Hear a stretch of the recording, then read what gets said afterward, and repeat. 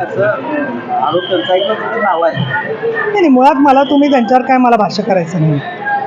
जागा वाटपा संदर्भात काही बॅलन्स होतोय किंवा काही चर्चा नाही, या सगळ्या चर्चा वरिष्ठ स्तरावरती असतात. त्याच्यात केंद्र सरकारमधल्याही नेत्यांचं लक्ष असतं. त्यामुळे योग्य तो निर्णय तुम्हाला योग्य त्यावेळेला कळेल. परंतु कुणाशी तरी काहीतरी बोललं आहे, तोच निर्णय आहे, अशा पद्धतीने कुठेतरी पसरवणं हे योग्य नाही.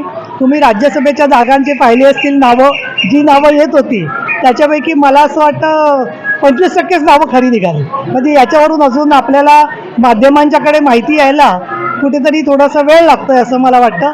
प्रत्येक राजकीय पक्षाची तीच परिस्थिती असते आणि त्यामुळे राजकीय पक्षांच्या नेत्यांना पूर्ण अधिकार आहे कोणाला तिकीटं द्यायची किंवा कशा पद्धतीने वाटप करायचं ते योग्य त्यावेळेला योग्य त्या पद्धतीने जाहीर केलं जाईल. ठीक आहे, थँक्यू. सरकारने धनगर आरक्षणाबाबत वक्तव्य का केले असे सवाल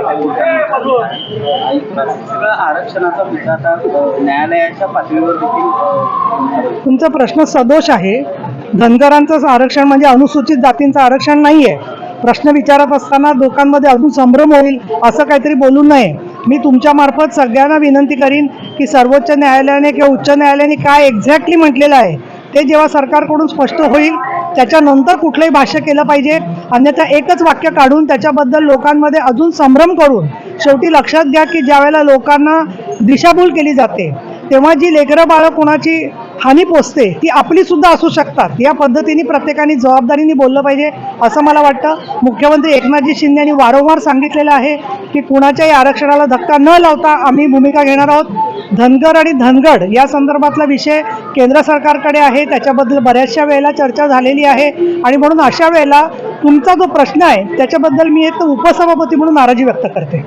ठीक आहे. मुंबईचा प्रश्न मुंबई खरं तर सगळेजण एकत्रच काम केलेले लोक आहेत आणि हेच लोक एकमेकाच्या समोर जेव्हा हिंसा करायला प्रवृत्त होतात तेव्हा अतिशय वाईट वाटतं.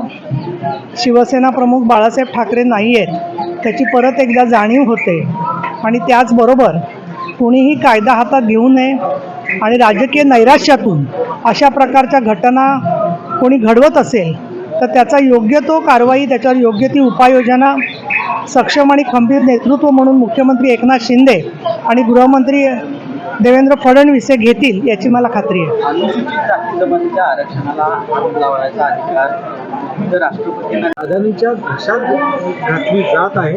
अशावेळी मराठी माणसाचा एक दुवा म्हणून एकनाथ शिंदे काम करताना आपल्याला ते कुठं दिसत नाही अशी प्रतिक्रिया आता संजय राऊतांनी दिली आहे.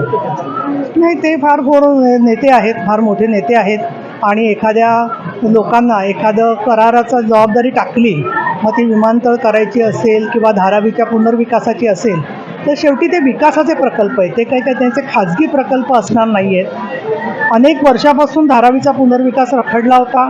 मी स्वतः डोळ्यांनी सभागृह 2002 पासून पाहते आहे की त्याला कोणी पुढेच येत नव्हते विकासक आणि अनेक वेळेला टेंडर काढून स्वतः स्वर्गीय विलासराव देशमुख असताना सुद्धा आणि स्वतः हिंदू हृदय सम्राट बाळासाहेब ठाकरे यांनी विकासकांना विनंती करून सुद्धा तिथे सर्वांचं पुनर्वसन झालं पाहिजे. मग तिथले दुकानदार असतील, नागरिक असतील. धारावी ही एक इंडस्ट्री आहे, एक उद्योग आहे मोठा. हजारो लोकांची पोटं त्याच्यावर अवलंबून आहेत आणि म्हणून त्या सगळ्या योग्य त्या सूचनांसह कोणी जर का काम करत असेल तर त्यांच्यावरती व्यक्तिद्वेषातून आरोप करणं योग्य नाही असं मला वाटतं. दुसरं असे जे नेते आहेत त्यांचं जे आज सगळा आविर्भाव आहे की मोदी कुठे दिसणार नाहीत, अमकं होणार तमकं होणार. लोकसभेच्या निवडणुकीनंतर मी एक सामान्य कार्यकर्ता आहे पण मोदी साहेब परत पंतप्रधान होणारच आणि त्याच्यानंतर खंडानारळांनी जी ओटी भरणार देवीची ती बघायला संजय राऊतांनी स्वतःची हिंमत ठेवावी असं मला वाटतं. पण महाराष्ट्राची राजकीय